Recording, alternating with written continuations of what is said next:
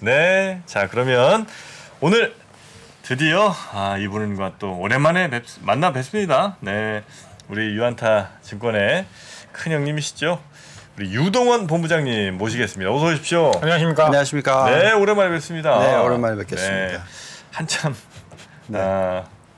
한 5, 6개월? 네, 그런 것 같네요. 그죠. 네, 한참 네. 못 뵀었는데 그 사이에 뭐 이 팩트니까 네. 사실 이제 여론이 조금 안 좋았던 부분도 일부 있었습니다. 네. 알고 계시죠? 원래 시장이 워낙 안 좋았으니까. 네. 네. 그런데 또 요즘 한 1, 2월 또 시장이 좋아지니까 다시 그냥 역시 유동원 본부장님이었나? 이런 생각을 하시는 분 또 많아지더라고요. 네. 참 네. 알다가도 모르겠습니다. 네. 네.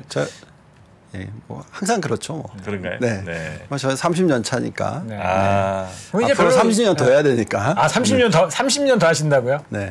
운영을 30년 더 할 거니까. 그렇습니까? 네. 감사합니다. 맡겨주셔서. 맞다. 잘 되고 있습니까? 네. 네. 자 그러면 시장에 대한 이야기 또 투자에 대한 이야기 우리 본부장님이 조금 먼저 좀 나가주실까요? 그럴까요? 네.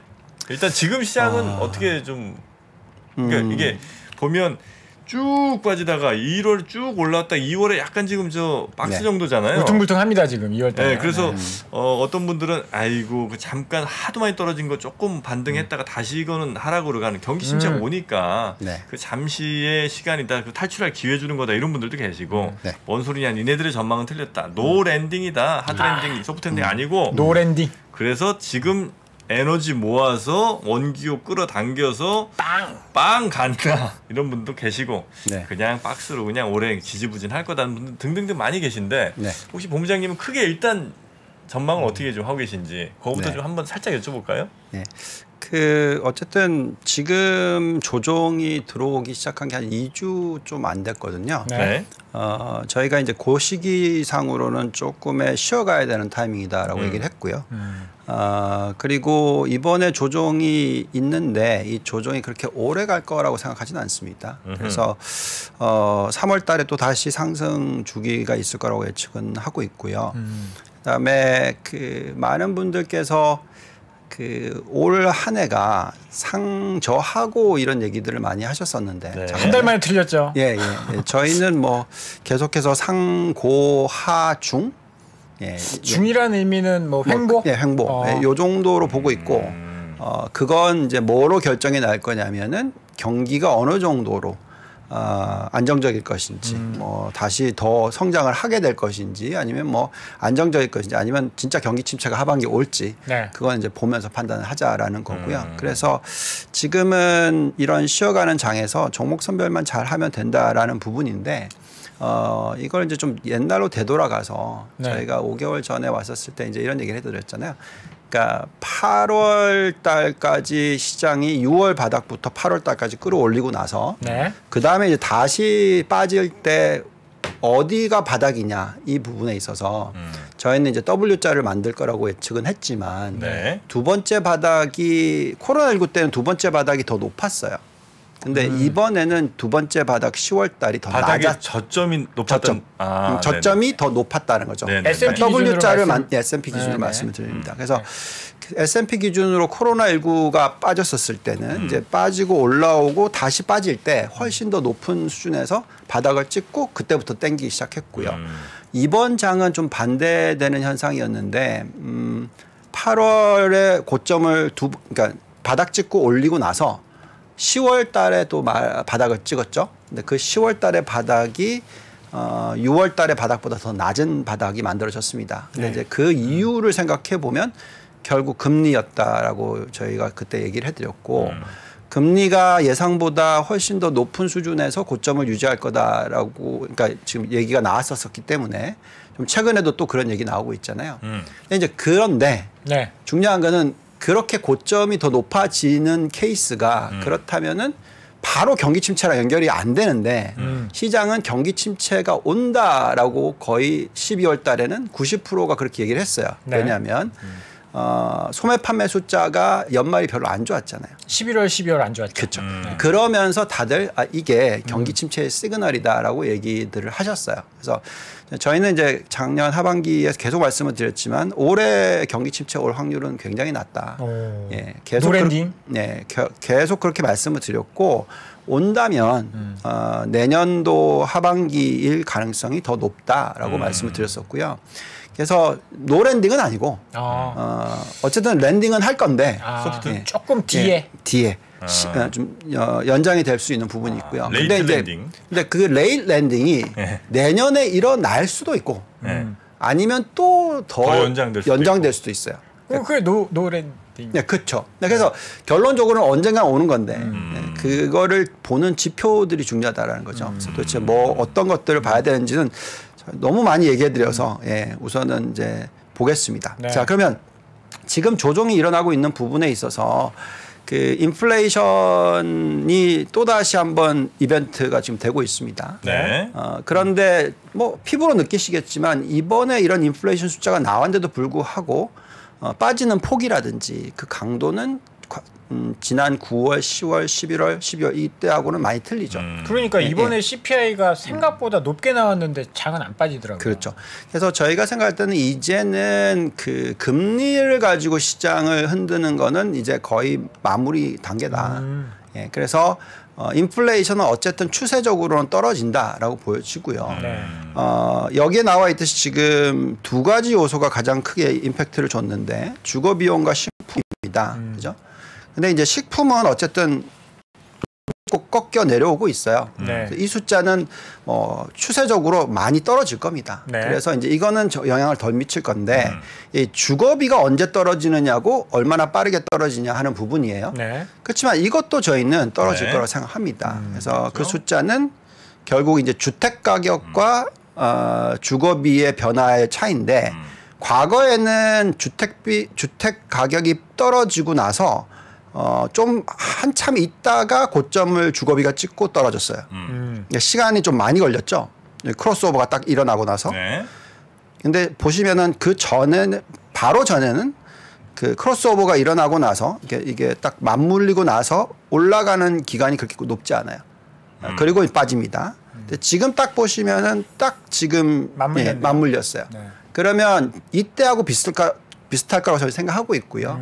곧 떨어진다. 네, 곧 떨어지기 시작할 거고 그렇다면은 가장 지금 인플레이션에 영향을 많이 미치고 있는 주거비 쪽은 하반기에는 많이 떨어진다. 네, 그래서 하반기에 인플레이션 숫자가 예상보다 훨씬 괜찮게 나올 수 있다. 네, 그러면 미 연준의 지금 같은 어떤 노이즈는 사실 그렇게 걱정하실 필요가 없다라고 생각하고 있습니다. 근데 이제 사실 인플레이션이 사실 중요한 게 아니고요. 저희는 이제 뭐가 중요하다고 생각하냐면 경기 침체 부분이죠. 근데 이제 그 경기 침체와 연결되는 부분이 또 있어요. 인플레이션 부분이 여기 보시면은 많은 분들이 낙타등 얘기를 하시면서 인플레이션이 떨어지고 나서 또 다시 인플레이션이 올라갈 가능성에 대해서 걱정을 많이 하시는 거거든요. 지금 그런 얘기 나오죠. 뭐 리오프닝. 뭐 이런 이야기 하면서 인플레이션이 다시 발생하면 어떻게 하냐. 그렇죠. 그러면은 이거는 진짜 또 하락장이 온다. 맞아요. 만약에 진짜 그렇다면 보시면은 이제 이게 과거에 비교를 하는 건데 1970년대부터 80년대에 떨어졌다가 다시 또 올랐다가 또 떨어지죠. 그러니까 이렇게 낙타등처럼 이렇게 된다라는 거고 이걸 옛날에 40년대 그때도 비슷합니다. 올라갔다가 떨어졌다가 왜냐면 이게 한번 확 오르고 나서 좀 쉬고 이런 식인 거죠. 그래서 이제 그런 얘기들을 하는데 근데 중요한 거는 이렇게 떨어질 때 있잖아요. 요 때는 시장이 올라요. 그러니까 인플레이션이 떨어지는 구간만큼은 시장이 오릅니다. 인플레이션이 올라가는 구간에는 시장이 빠져요. 그래서 이 사이클을 보시면 여기서 여기까지가 2년이에요. 그래서 지금 인플레이션이 빠지기 시작한 게 뭐 1년이 안 됐잖아요. 반년밖에 안 됐으니까 이게 계속 추세적으로는 내년 상반기 말까지는 빠지는 추세에 있을 거다라는 거고 그리고 나서 다시 올라갈 가능성이 있습니다. 근데 이제 그 가능성은 저희가 볼 때는 얼마나 지금 우리 요즘에 막 테마라고 얘기하는 로봇 생산성 향상, 네. AI 뭐 이런 부분들이 얼마나 활성화되느냐에 따라서 인플레이션을 얼마나 낮춰주느냐라는 거죠. 네. 예, 그래서 만약에 그런 인플레이션을 낮춰주는 효과가 굉장히 가시화된다면 이렇게 다시 올라가지 않고 이렇게 떨어지고 안정을 찾는 모습이 나오는데 그게 언제였냐면 90년대 후반입니다. 예, 그래서 인터넷 나왔을 때. 네, 그래서 그럴 수 있느냐 하는 거고요. 그렇지 않느냐에 따라서 어쨌든 시장은 변동성이 있을 건데 중요한 거는 올 수도 있고 안 올 수도 있다. 근데 중요한 거는 인플레이션이 떨어지는 구간에는 오든 안 오든 간에 시장이 올라간다. 근데 그 폭이 굉장히 크다라는 게 중요한 겁니다. 네, 그래서 그 폭이 얼마나 되냐면 요때 요 구간에 70년대 요때 구간에 바닥 대비 고점이 얼마였는지 아세요? 바닥 대비 고점이요? 바닥 대비 고점이라 S&P 기준이죠. 네, 요때가 네. 예. 네. 3,000 그러니까 몇 프로 정도 올랐는지 프로 아니겠죠? 바닥 대비 고점은 과연 몇 프로나 올랐겠느냐? 그 인플레이션 빠지는 구간에 75% 올랐습니다. 75%. 네, 4분의 3. 75%. 네, 그러면 지금 바닥이 작년 10월이라고 치더라도 여기서 지금 오른 폭은 한 20%가 안 되잖아요. 10% 정도밖에 안 되잖아요. 그럼 아직 얼마나 오를지의 정답은 없다라는 거죠. 그래서 인플레이션이 다시 치고 올라가는 숫자가 나오지 않는 한 저희는 어쨌든 경기 침체도 안 온다고 저희 생각하고 있고 그 구간에서는 결국 시장이 올라갈 수 있는 룸이 있는데 그렇다면 그래도 걱정을 한다면 뭘 사야 되냐? 왜 지금 자꾸 로보나 뭐 AI나 이런 쪽이 올라가느냐? 이건 이게 활성화되고 매출이 늘어나면 인플레이션이 실질적으로 돌아올 거다. 그러니까 이 종목만큼은 사도 된다. 이런 케이스가 되는 거죠. 그래서 이 테마는 제가 볼 때는 단기적인 테마가 아니고요. 적어도 1년짜리는 된다는 거죠. 최소. 그래서 지금이라도 저희는 그런 쪽에 초점을 맞춰야 된다라고 얘기를 하고 있습니다. 아, 그렇습니까? 1년 더 오르면 너무 많이 지금도 엄청 올랐는데. 이 속도까지는 설마 아니겠죠? 그 속도까지는 설마 아니겠지만 지금도 근데 이 속도로서 막 오를 수도 있어요. 왜냐하면 98년부터 2000년도 그 딱 1년 반 나스닥이 얼마나 오르는지 기억하시죠? 그래서 그건 정답은 없단 말이죠. 그래서 저희는 이거는 언제 던지느냐. 결국은 이 테마는 이어지는 게 인플레이션이 떨어지는 구간에는 계속 있을 거라는 거죠. 약간 이제 본부장님의 가정은 인플레이션이 떨어질 거다라는 가정은 들어가 있는 거고. 들어가 있는 거고. 가정은 들어가 있는. 인플레이션이 떨어지겠지 지금보다 당연히. 근데 거기에 대해서 저도 이제 살짝 의심은 들거든요. 인플레이션 떨어지는 거에 대해서? 그러니까 주택 가격 자체도 이제 크게 안 떨어지고 있고 제가 이제 보니까 소비가 이제 인플레이션이 작년에는 예상치를 밑돌았어요. CPI가. 이유는 소매 판매가 안 좋아서 그랬거든요. 근데 1월 달에는 소매 판매가 굉장히 좋았어요. 고용도 좋고. 그러니까 예상치를 상회하잖아요. 그렇죠. 그러니까 소비가 굉장히 좋고 침체가 안 오고 고용이 계속 늘어나면 이제 미국에 대한 이제 초과 수요 이런 것들이 인플레이션 좀 끈적끈적하게 할 수 있다. 이렇게 복잡하고 어려울 때 좀 심플하게 봐야 됩니다. 금리가 얼마야? 5%잖아요. 5%. 여기서 인플레이션 유지되는 건 쉽지 않다. 얼마나 천천히 가느냐, 좀 빨리 가느냐의 문제이지 떨어진다. 떨어진다. 심플하게 좀 가면 안 되겠습니까? 저희는 이제 떨어지는데 옛날처럼 낮게는 안 가겠죠. 옛날에 평균이 10년 동안 1.5%라죠. 이건 아니고 저희는 떨어지는데 2.5%, 2.5, 뭐 3, 요 사이 연말 기준? 그렇죠. 아니 연말 기준이 아니라 이제 장기적으로. 장기적으로. 그러니까 왜 그렇게 연결을 시키냐면 지금 저희는 인플레이션을 자극하는 부분에 있어서 임금 상승률이 그걸 자극을 하는데 작년에는 정말 높았는데 지금 최근에 나오는 데이터를 보시면 3%대란 말이죠. 그럼 이제 그 정도의 임금 상승률로서 인플레이션을 5%로 끌어올리기에는 너무 어렵다. 그러면 3% 정도는 뭐 그냥 그렇게 만들 수도 있으니까 성장이 거의 없고 그냥 인플레이션만 간다. 이렇게 보시면 그렇게 할 수도 있겠죠. 그래서 저희는 어쨌든 간에 올해 연말에 앞자리 3은 볼 거다. 그리고 그런 수준에서 좀 이어지게 되면 시장은 노랜딩 시나리오로 가는 거고 좀 계속 이어지면서 그리고 언젠가는 이 펀더멘탈 소진을 하겠죠. 그러니까 이익이 늘어나거나 소득이 늘어나는 것보다 지금 더 쓰고 있으니까 그러면 이제 부채를 더 일으켜서 저축률이 떨어지면서 소비가 일어나고 있으니 그것을 없애는 구간, 나빠지는 구간이 어느 정도 지나고 나면 이제 펀더멘털이 완전히 깨졌기 때문에 완전히 경기 침체로 갈 수도 있겠죠. 그 타이밍을 보는 거는 결국 우리가 전에부터 보여드렸던 뭐 예대율을 본다든지 네. 아니면 신용카드의 연체율이 어떻게 바뀌는지 뭐 이런 것들을 보는 거죠. 그래서 어쨌든 그걸 한번 보죠, 사실. 뭐 저희가 지금 아직까지 탈은 안 나고 있다라는 거죠. 네. 그러니까 많은 분들이 이런 얘기를 해요. 그러니까 대출 증가율이 높아. 네. 여기에 이제 신용카드가 많이 활성화되고 있어요. 네. 지금 네. 미국이. 약간 그런 얘기도 나와요. 신용카드 연체율 좀 올라가고 있다. 그렇죠. 네. 그러니까 그런 걸 가지고 지금 이게 펀더멘털 깨지는 거다. 오래 못 갈 거다. 경기 침체가 올 거다라고 얘기를 하고 있지만 지금 현재의 숫자로 계산했을 때는 이런 추세가 짧게는 1년 이상 간다라는 거죠. 그래야지만 우리가 걱정하는 수준의 연체율까지 오거나 우리가 걱정하는 수준의 대출 증가율이 떨어지거나 네. 이렇게 될 건데 지금 어쨌든 미국의 대출 증가율이 11%대예요. 그러면 이거는 경기 침체와 연결이 되는 숫자가 아니죠. 예금은 계속 줄고 있어요. 네. 그러니까 예대율이 계속 올라가죠. 이게 무슨 얘기냐? 펀더멘털이 나빠진다는 얘기죠. 예금 대비해서 대출을 더 많이 해주고 있으니까 숫자가 올라가고 있는 거거든요. 네. 그래서 지금 올라가고 있어요. 이렇게 빠르게 올라가고 있습니다. 이렇게까지 가파르게 올라간 적이 별로 없었어요. 그래서 이렇게 빨리 올라가는데 이 수준으로 올라가더라도 여기서 여기까지 가는데 걸리는 시간이 1년 반입니다. 아직 한참 남았다. 예. 그래서 평균 수준까지 갔는데. 네, 그 구간까지 가는데 1년 넘게 기다려야 된다라는 거죠. 그러면 그것이 또 맞물리는 부분이 연체율과 맞물려요. 여기 보시면은 신용카드의 리볼빙 크레딧이라든지 신용카드의 전체 대출가 많이 늘고 있죠. 이렇게 빠르게. 그렇지만 연체율도 늘고 있어요. 근데 이제 과거에 경기 침체가 일어났던 시기 여기 보시면 이게 다 어느 정도입니까? 5% 살짝 밑이에요. 지금 연체율이 3, 4분기까지가 2%입니다. 아마도 4, 4분기 실적 나오면은 3%대까지 갔겠죠. 네. 근데 어쨌든 보면은 이제 언제 이 5% 수준에 가느냐에 따라서 저희는 언제 경기 침체가 시작될 건지를 좀 예견할 수 있다는 거죠. 근데 지금은 여전히 코로나19가 터졌을 때보다도 낮아요. 그리고 코로나19가 만들어낸 경기 침체는 인위적인 경기 침체였잖아요. 네. 예, 그렇기 때문에 저희는 코로나19 때보다는 더 연체율이 높아져야 된다고 생각합니다.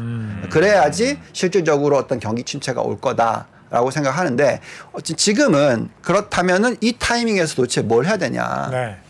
그러니까 아까 보니까 뭐 소비 관련된 얘기 하시던데 네. 저희는 신용카드를 사요. 신용카드를 산다고요? 심지어 신용카드 회사를 사요. 네. 그러니까 지금은 근데 소비가 늘어난다라고 보시는 거예요. 네, 어느 타이밍에서는 이거를 던지겠지만 이제 보통 우리가 기억하시는 거죠. 우리나라가 카드 대란이 일어났었을 때 2002년이죠. 네. 보시면은 그 2년 동안에 네. 신용카드 회사의 주가가 폭등을 하죠, 먼저. LG 카드. 예, LG 카드도 물론 그러고 나서 망했습니다. 네. 그죠? 그렇습니다. 예. 신한카드가 됐죠. 예, 그렇죠. 그렇지만 그 사이에 네. 오름폭은 뭐 그냥 100% 오르고 끝나는 게 아니었죠. 네. 그때는 엄청나게 올랐습니다. 그래서 지금 현재가 이게 개인들의 펀더멘탈을 그냥 간단하게 얘기하면 네. 저소득층이든 중산층이든 그 사람들의 호주머니 털고 있는 거예요, 신용카드가. 그러면 안 실적이 됩니다, 엄청나게 이거. 좋게 되겠죠, 실적은. 네. 예, 그래서 저희는 지금 실적에 대해서 굉장히 좋게 보고 있고 네. 그러면 왜 워런 버핏이 아멕스를 많이 들고 있을까? 이런 생각을 해보셔야 되겠죠. 예, 이게 망할 것 같으면은 그렇게 큰 비중을 들고 있지 않겠죠. 그래서 지금 실적이 지금 요 타이밍부터 앞으로 1년 내지 2년 동안에 상당히 좋아질 거라고 생각합니다. 그래서 저희는 이 흔히 말하는 신용카드 플러스 전자결제 관련된 페이팔 같은 거. 네, 페이팔이던 뭐 비자, 아멕스, 그 마스터카드 네. 전부 다 이렇게 동틀어져 있는 ETF를 저희는 투자를 원래 하고 있습니다. 그래서 타이밍상으로는 소비 관련된 쪽은 그렇게 투자하는 게 맞다고 생각하고요. 보통 소비 관련된 거면 음식료나 뭐 월마트나 이런 거 생각을 하는데 좀 다른 방식으로 접근을 하시네요. 네. 그러니까 밸류에이션 상으로 봤었을 때, 네. 이익 모멘텀 상으로 봤었을 때 저희는 그렇다고 생각하고요. 네. 그다음에 또 다른 쪽의 소비는 저희는 여행. 여행. 뭐 늘어날 수밖에 없겠죠. 이게 뭐 눌러놨던 거라서 그렇죠. 네. 예, 저희가 숫자들을 다 돌려보면은 네. 뭐 델타 에어라인이라든지 네. 심지어 정말 안 좋다고 얘기하는 사우스 웨스트 이것까지도 상승 여력이 제법 나오고요. 유나이티드 에어라든지 뭐 이런 쪽. 그다음에 중국도 요즘에 보시면은 엄청나게 여행이 많이 늘고 있거든요. 네. 예, 관련된 쪽도 들여다볼 필요가 있다고 생각하고요. 그래서 또 이것도 저희는 ETF를 활용합니다. 여기에 이제 또 뭐 보잉이 포함이 돼 있는 그런 ETF가 있어요. 네. 그래서 그런 식으로 소비 쪽은 그렇게 얘기를 하고 있는데 사실 오늘 여기 와서 제가 해드리고 싶었던 얘기는 소비와 이런 쪽이 아니고요. 아까 처음에 얘기했던 그 생산성을 높이는 그 시나리오에서 인플레이션을 낮춰주는 효과에서 그래서 그 우리가 지금 얘기하고 있는 로봇 테마던 AI 테마던 이거는 여기서 끝나는 스토리가 아니다. 예. 지금 지난 어저께죠? 엔비디아. 그죠? 엔비디아의 주가 44% 근데 실적은 마이너스 60%. 이거를 이해를 하셔야 된다는 거죠. 그러니까 그 결론적으로는 제가 볼 때는 앞으로 종목들이 인플레이션을 낮춰준다. 혁신이 온다. 고 하는 쪽은 제법 많이 오를 수가 있습니다. 그리고 또 그 회사들이 실적이 플러스가 나오는 회사들은 더더욱이나. 그러니까 마이너스로 갔는데 그게 적자가 아니고요. 플러스가 나오는 수준이면은 바닥이 상당히 뭐 옛날보다 훨씬 더 높은 수준에서 바닥을 잡는다는 거죠. 그래서 저희는 지금 이제 그런 쪽에 대한 투자를 초점을 맞추셔야 된다.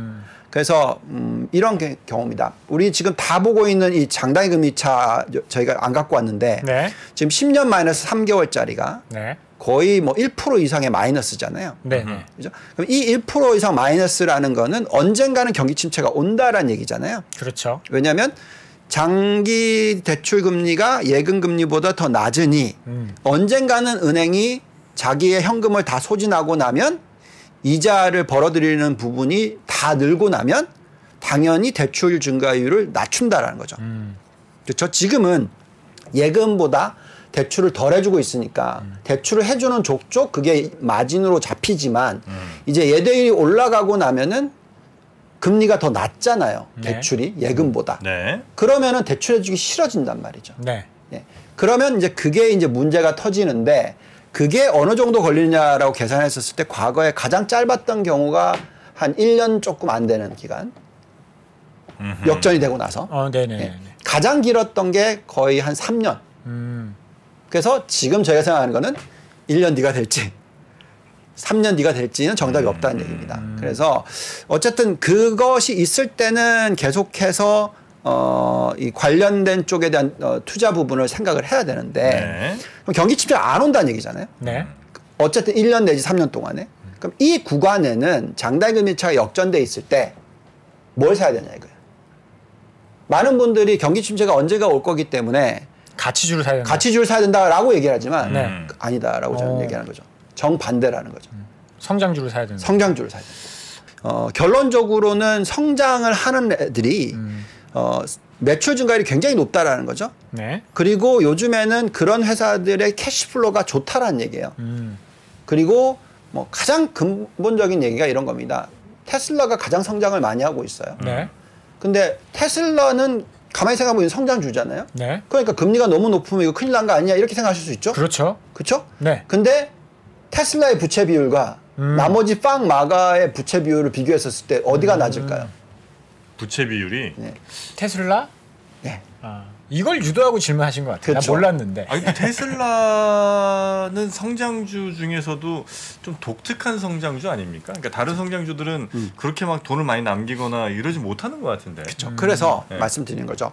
지금 인플레이션을 낮추는 효과를 가져오고 있는 기업들은 현금 흐름이 나쁘지 않다라는 얘기예요. 자, 챗 GPT 얘기를 합시다. 저희는 이렇게 생각할 거예요. 챗 GPT? 이건 완전히 신성장 산업이다. 그럼 보통 신성장 산업은 이게 수익을 벌어들이는데 한참 걸린다. 적자 많이 나고. 적자 많이 날 거다. 이렇게 생각하죠.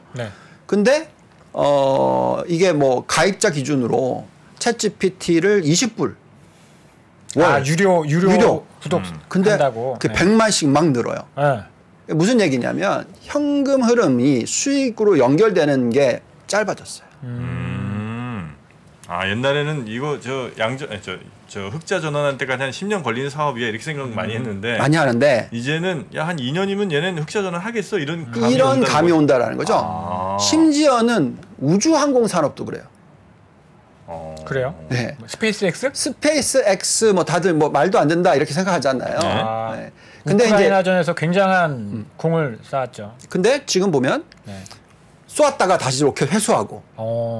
그다음에 요즘에 이제 위성 막 쏘잖아요. 민간 산업화되잖아요. 아직까지 뭐 얼마 전에 저희가 항공산업 부분에 있어서 세 번째 회사를 들여다봤는데 회사 이름을 얘기하기는 좀 그렇고 어쨌든 그 회사가 지금 적자예요. 다 적자인데 흑자로 전환하는 시기가 10년 뒤가 아니야. 2년 뒤에요. 그래요? 그러면 이미 멀티플이 주가가 많이 올라 지금 적자니까 않나요? 멀티플은 나오지 않고 그러니까 주가가 이미 막 올라 있지 않나요? 뭐 2년 뒤에 흑자나 주가 작년에 다 깨졌죠. 성장주라고 하면 무조건 적자인 회사든 다 깨져. 그러니까 캐시우드의 종목들 대부분이 다 깨졌죠. 고점 대비해서 대부분 70% 80% 빠졌다는 거죠. 심지어는 조그마한 회사들 경우에는 실적이 플러스인데도 빠졌다는 거죠. 그래서 저희는 지금 같은 상황에서는 경기 침체가 안 온다는 전제를 집어넣고 캐시플로가 좋아지는 회사를 찾으면 그거는 앞으로 1년 동안에 들고 있으면 수익률이 상당히 높을 수 있다라는 겁니다. 그래서 저희가 지금 그런 환경에서 종목들을 골라내고 있고요. 그래서 저희가 들고 가는 종목은 요렇게 지금 소개를 좀 해주시죠. 짜놨는데 종목이 아니라 저기 업종을 짧게 짜놨는데 요건 너무 많이 제가 방송에서 얘기해서 지겨우실 수도 있으나 반도체, 전기차. 그래서 7대3 전략입니다.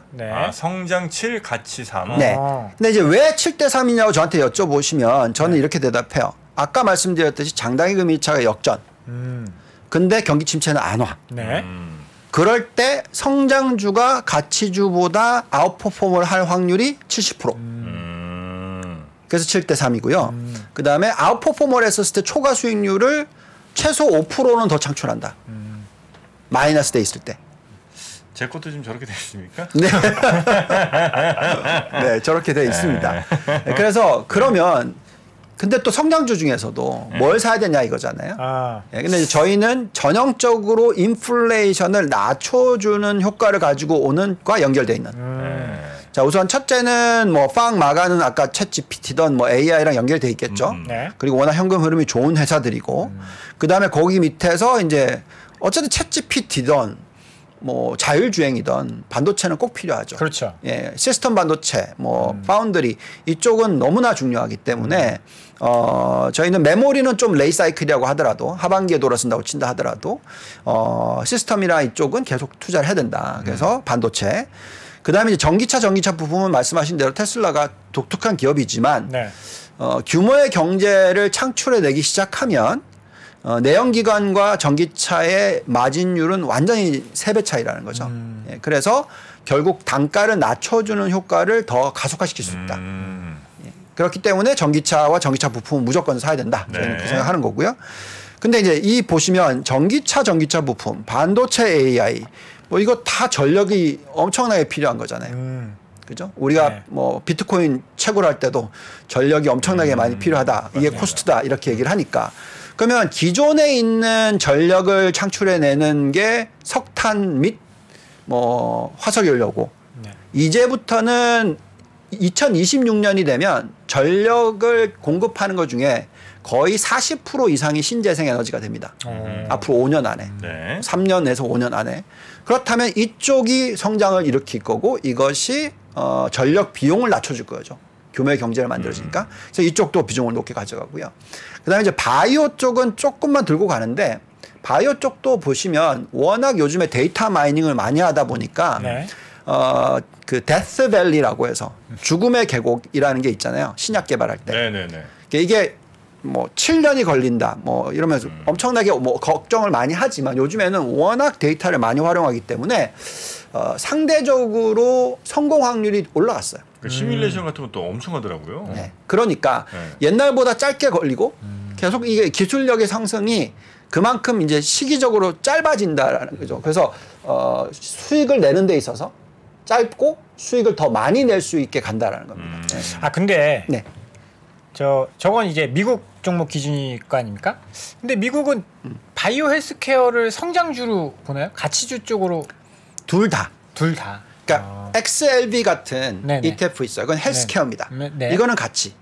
근데 이제 뭐 IBB, 뭐 FBT 이런 ETF들은 신약 개발이랑 뭐 이런 쪽을 많이 성장주. 있으니까 이게 성장 쪽. 그럼 저기에 들어가 있는 거는 약간 성장주 신약 개발 쪽에 투자를 하신다라는 의미신 거죠? 뭐 그걸 어떻게 하시던지 간에 예, 성장주면은 그쪽인 거고 만약에 뭐 가치주를 좀 섞으실 수도 있는 거죠. 예, 그거는 네. 왜냐하면 다 100%만 그것만 하는 게 아니니까. 그렇죠, 그렇죠. 예, ETF라는 게. 네, 네. 예. 그래서 저희는 이제 그렇게 가는 거고 네. 그다음에 이제 가치주 중에서 오른쪽에 있는 것들은 아까 말씀드렸듯이 여행, 그죠? 그런 부분들 얘기를 해드렸고 여기 보시면 신용카드, 전자상거래 예, 여기 나오죠. 네. 그 다음에 이제 나머지는 뭐냐면은 2차 전지와 관련됐거나 신재생 에너지와 관련돼 있거나 기본적으로 성장이 있는 가치주로 가는 거죠. 성장형 가치주. 네. 그래서 요즘에 포스코가 뭐 리튬 관련된 광산 어쩌 이게 이렇게 성장이 붙는 거죠. 그래서 예를 들어서 원자재를 투자를 한다 하더라도 리튬 관련주를 투자를 한다든지 뭐 이런 식인 거죠. 네. 약간 변신하는 네. 기존의 가치주에서 그런 성장 산업으로 좀 변신하는 붙어 있는 네. 예, 이런 쪽으로 이제 투자의 패턴을 가져간다. 그래서 이렇게 7대3 전략을 저희는 펴고 있습니다. 그것도 한번 좀 이제 국가별 비중도 네.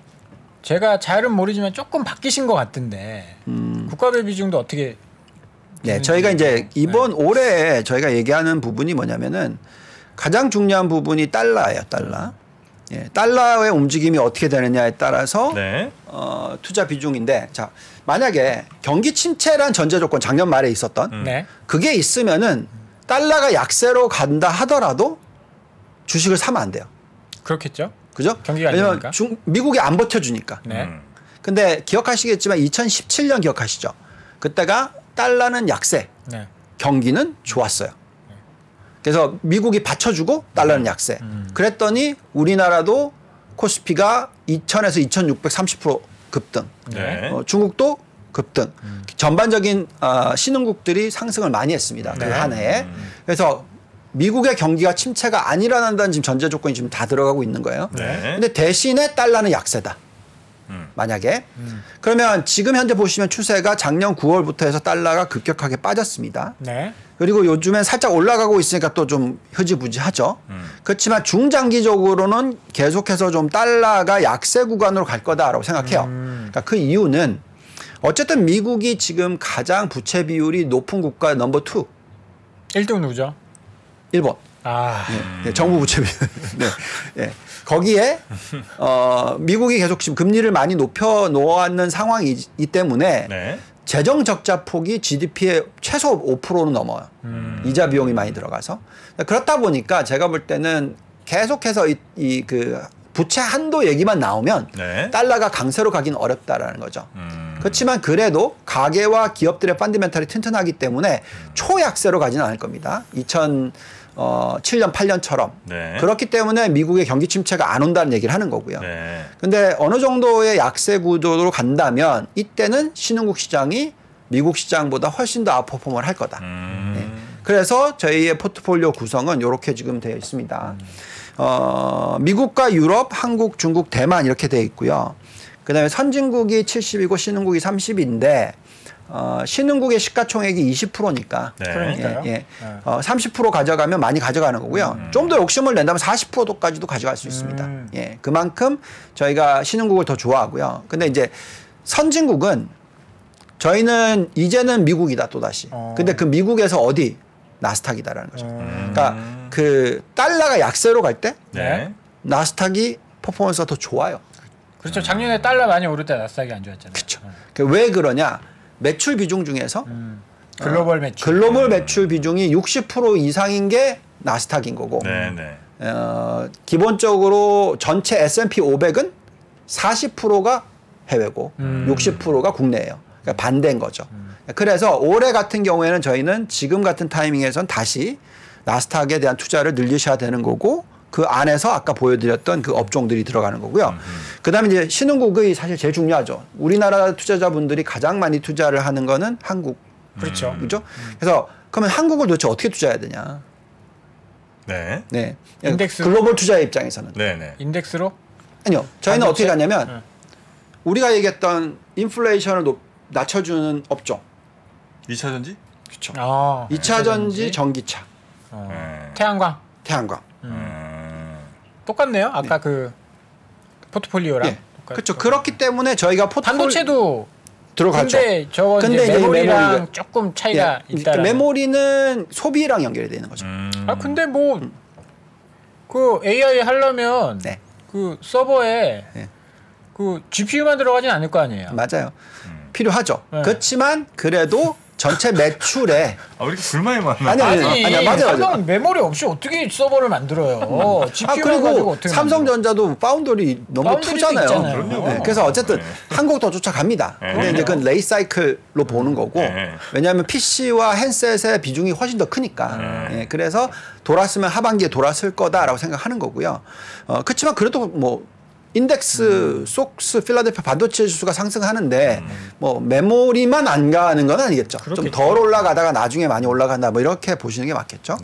뭐 아까 대만 같은 경우에는 뭐 TSMC 그쪽 아무리 중심으로 보면 워런 버핏님께서 다 파셨다 하더라도 단타왕 왜 그런 건지 모르겠지만 어쨌든 그쪽은 상대적으로 저희가 매력도가 높다라고 생각하고 있고 대만 관련된 거는 뭐 대만은 사실 인덱스만 사도 거의 한 뭐 TSMC가 40%니까 뭐 그렇게 지금 전략을 세우고 있습니다.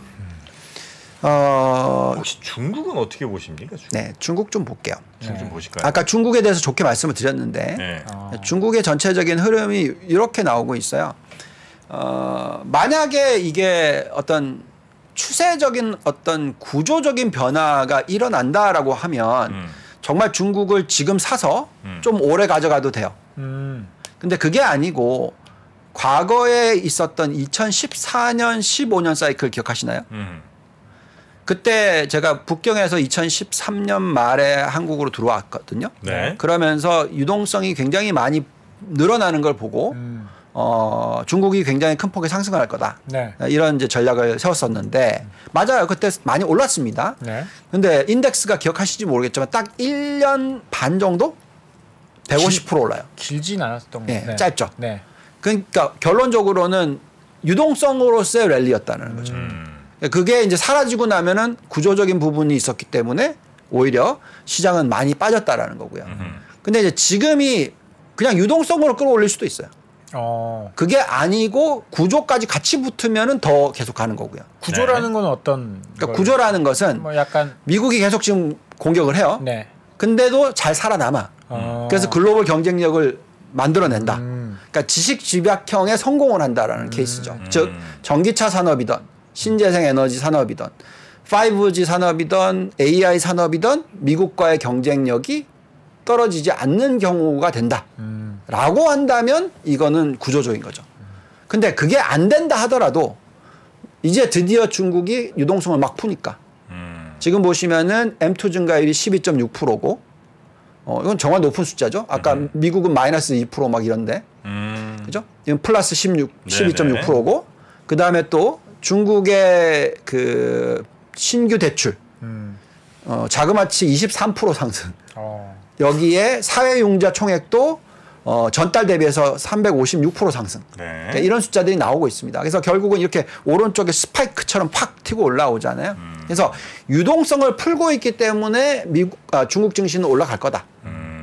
여기에 부동산 가격이 빠져주면은 상당히 골치 아픈데 부동산 가격도 이렇게 계속 빠지다가 지금 드디어 0%가 나와요. 더 이상 안 빠지는 하락 멈췄군요. 그러니까 이게 좋은 거죠.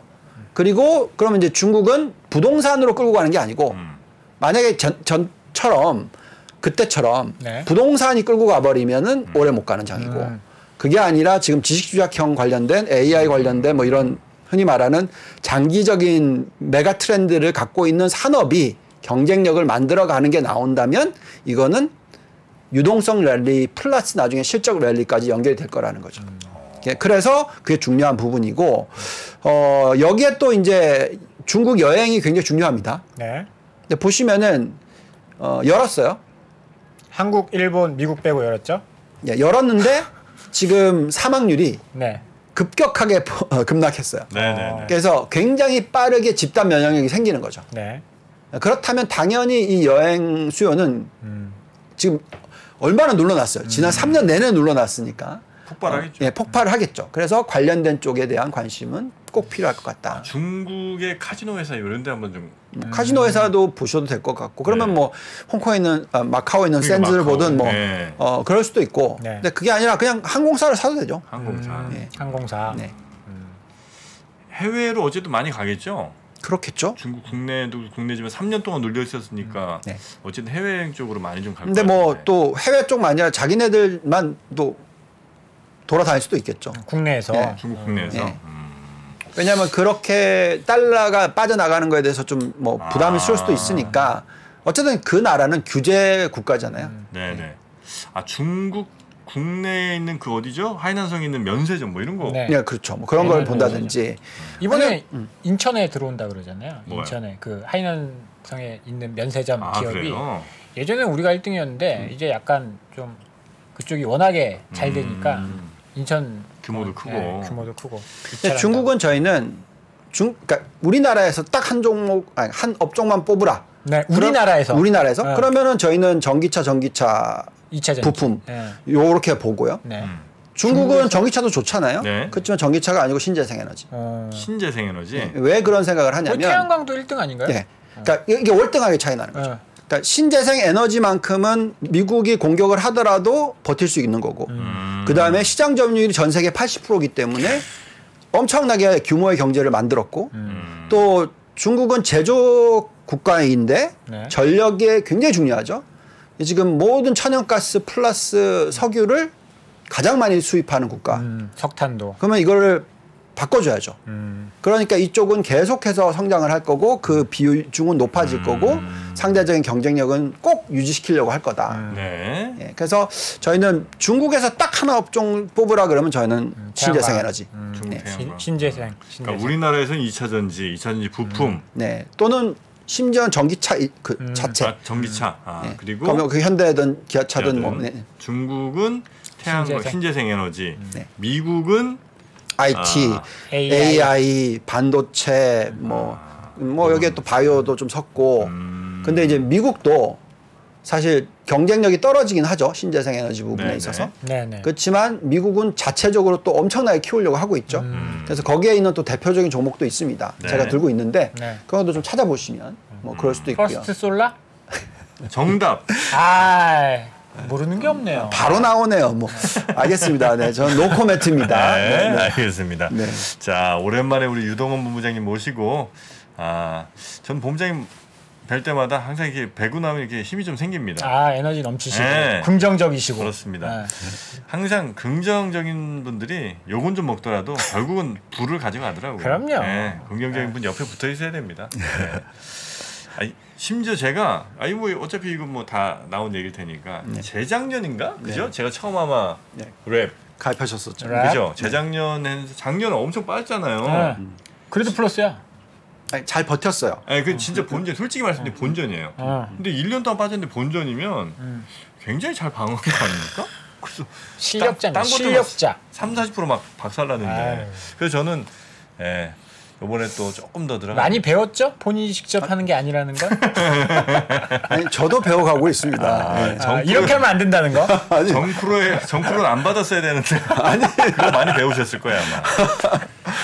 작년 12월은 정말 예측 못했던 테슬라의 폭락이 있었으니까.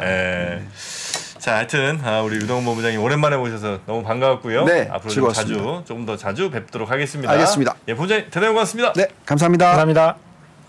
이 3박자가 나오면서 결론적으로 말하면 급매물이 딱 소진된 거예요. 그래서 급매물 윗단으로 갈 거냐, 그 아랫단의 가격 이때가 나오면 그 아래로 갈 거냐, 지금 분기점에 있는 것이고, 여러분들은 더 정확하게 들으시려면 한두 달 뒤에 저를 만나시면 좋겠지만 그럴 일은 거의 없을 테니까 지금 최선을 다해서 설명을 드리고 있고 결론을 내려고 할 거예요. 그래서 결론적으로 굳이 딱 선택을 드리자면 임형록 교수의 부동산 전망, 그 결론이 궁금하다면 3프로TV 멤버십에서